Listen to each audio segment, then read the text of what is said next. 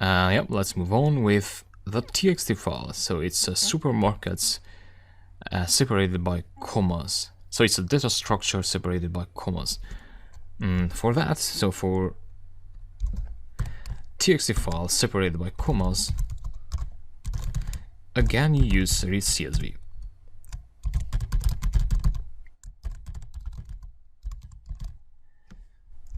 Just like that, df4, and here is the data frame.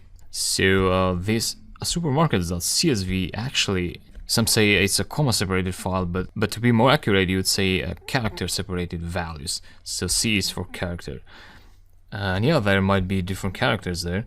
In this case, when you have commas as separators, you don't have to pass any separator parameter here. But when you have other values as separators, you will have to pass that.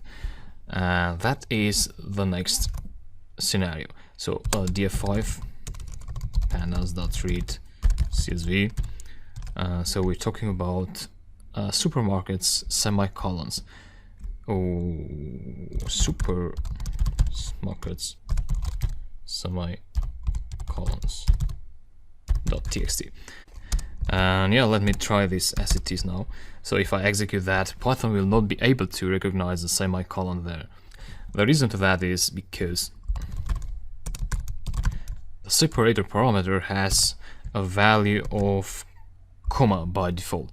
So you want to change that to your separator, which is a semicolon in this case. Execute. We got an error there, unexpected keyword argument separator. So it seems like read_csv doesn't have a separator parameter.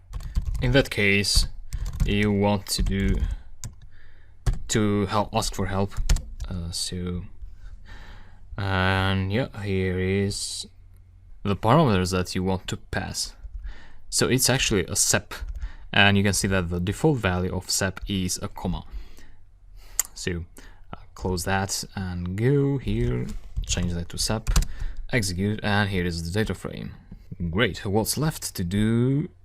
We consumed everything, and that's about reading local files.